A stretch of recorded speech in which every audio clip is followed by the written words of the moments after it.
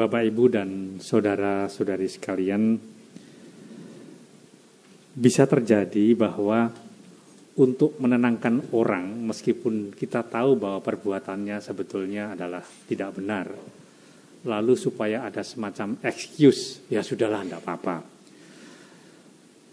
Hal itu sebetulnya terjadi pada saat bangsa Israel itu hidup dalam situasi kemakmuran, dan mereka mencari keuntungan secara tidak benar. Dan sudah berkali-kali sebetulnya para nabi itu mengingatkan mereka bahwa cara hidup itu bukan cara hidup yang dikehendaki oleh Tuhan.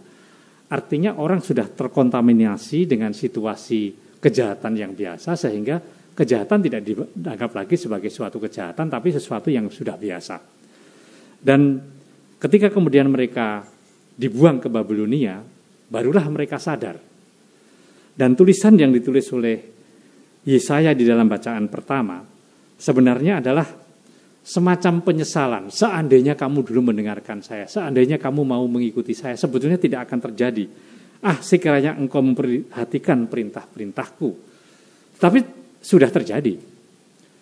Nah, kalau di dalam bacaan Injil itu kemudian Matius itu menegur lagi orang Yahudi, karena Yohanes Pembaptis ini juga adalah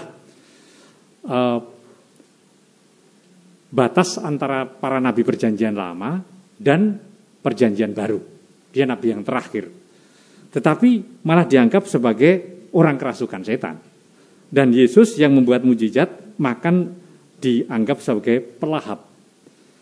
Jadi orang sudah tidak peka lagi akan iman, akan hal-hal yang seharusnya itu menyadarkan mereka bahwa hidup mereka itu tidak benar. Saudara-saudara sekalian, kalau gereja mempunyai adorasi abadi, sebetulnya adalah tempat bukan sekedar kita menghormati sakramen Maha Kudus di situ, tapi juga untuk merenung. Dan kita bisa merenung tanpa batas. Karena di hadapan sakramen Maha Kudus, sebetulnya orang disadarkan bahwa ini adalah Allah yang sudah datang ke dunia untuk menyelamatkan umat manusia. Apakah hidup saya ini hidup yang sudah sesuai dengan apa yang dikehendaki oleh Tuhan? Maka di sanalah kemudian orang bisa, kalau orang mengatakan entah itu diskresi atau memilah-milah mana yang baik, mana yang buruk, maka dengan begitu maka sebenarnya adorasi ini tempat di mana kita bisa memilah-milah mana yang dari Tuhan dan mana yang kehendak saya. Oleh karena itu, tidak hanya retret atau koleksi yang lebih mendapatkan bahan untuk berefleksi, tetapi tanpa bahan. Adorasi itu tanpa bahan.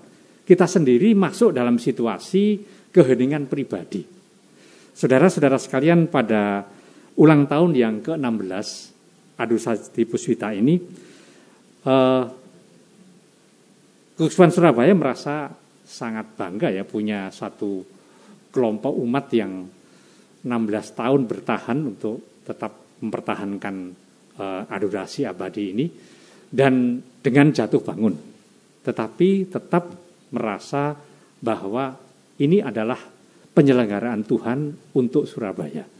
Oleh karena itu, saudara-saudara sekalian, saya berterima kasih kepada para adorator tetap dan juga para donatur dan juga saudara-saudari sekalian yang mengunjungi tempat ini, karena kita sering mendengar istilah yang namanya oase. Oase itu sebetulnya kan air yang memancar secara otomatis di padang gurun karena situasi alam.